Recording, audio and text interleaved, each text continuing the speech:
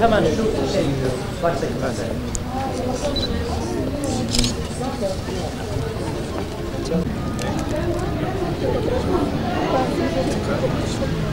Hocam bir şey yok mu? Sadece bir bekliyor.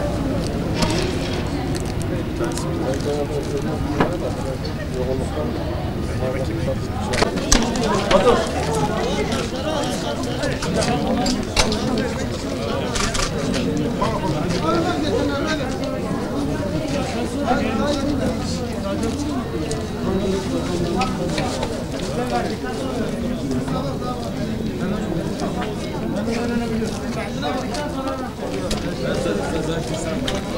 Hoş geldin. Nasıl buran?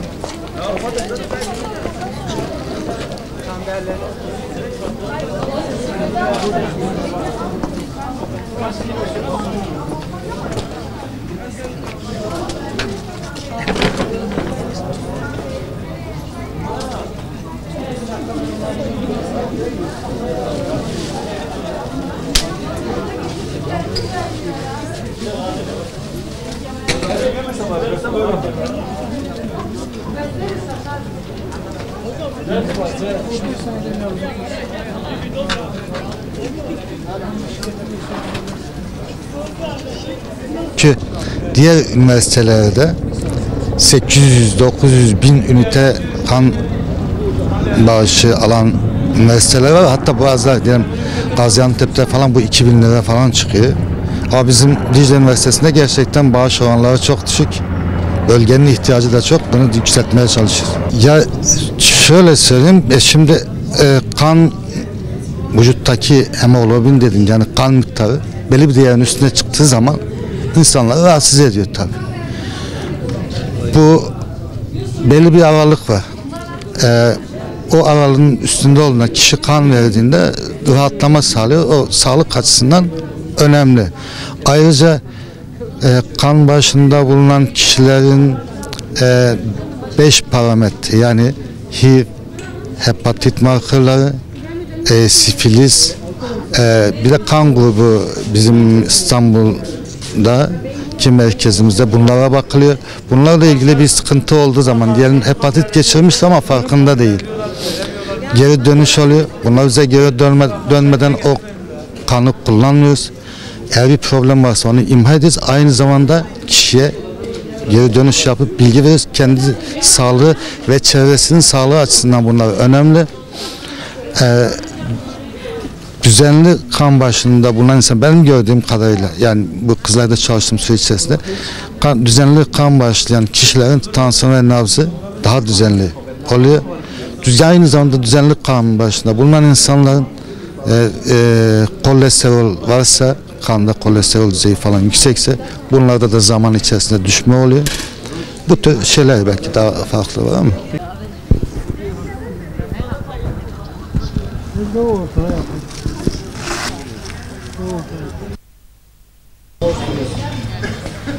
Hepsini buraya yazdık olur mu?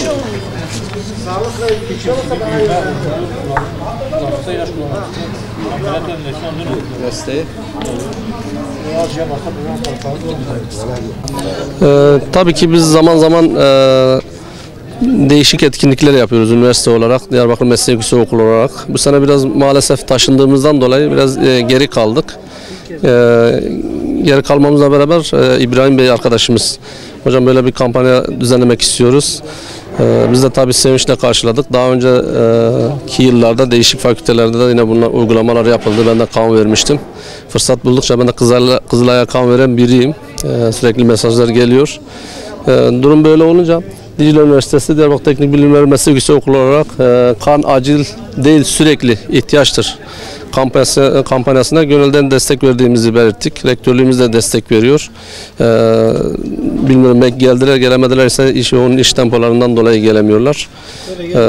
Tabii ki biz ne kadar fazla etkinlik yapıp toplumla bütünleşirsek, toplumun ihtiyaçlarına cevap verecek şeyler yapabilirsek o kadar mutlu oluyoruz. İlk defa veriyorum. Hiçbir fikrim yok. Tabii ki de.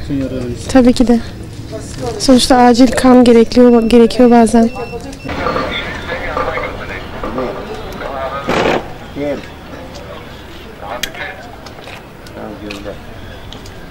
Sıkın hocam.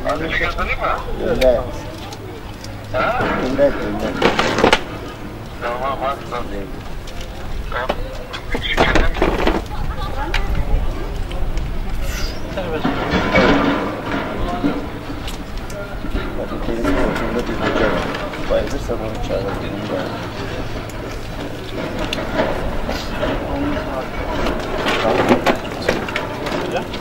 Fazla tamam mı? Yok hocam standart.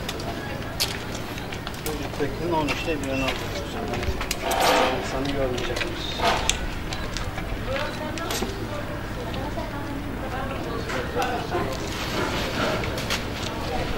Yoğun bir kanı var. Koyu bir yoğun. 17'ye 7 hocam. Sizin 3 ayda bir takip etmeniz lazım. Tamam. Tabii normal değerimiz 13'te 10 arası. Seninki 17.7. Yani 3 ayda bir kan vermem mi? Sizi çok özlemiştik. Yani kesinlikle sağlık açısından önemli. İhtiyacı olanlar için önemli. En başta kendimiz için önemli. Mesela benim şu an kan değerim çok yüksek çıkmış. Doktor bey hatta 18'in üstünden sonra alınamaz diye de bir uyarıda bulundu. İyi ki gelmişsiniz buraya. Yani Kızılay'da iyi ki gelmiş. Ama önce tabii bu tür servislerin yapılması, sağlanması halk sağlığı açısından önemli bir adım. Bizlerin de dikkat etmesi gerekiyor.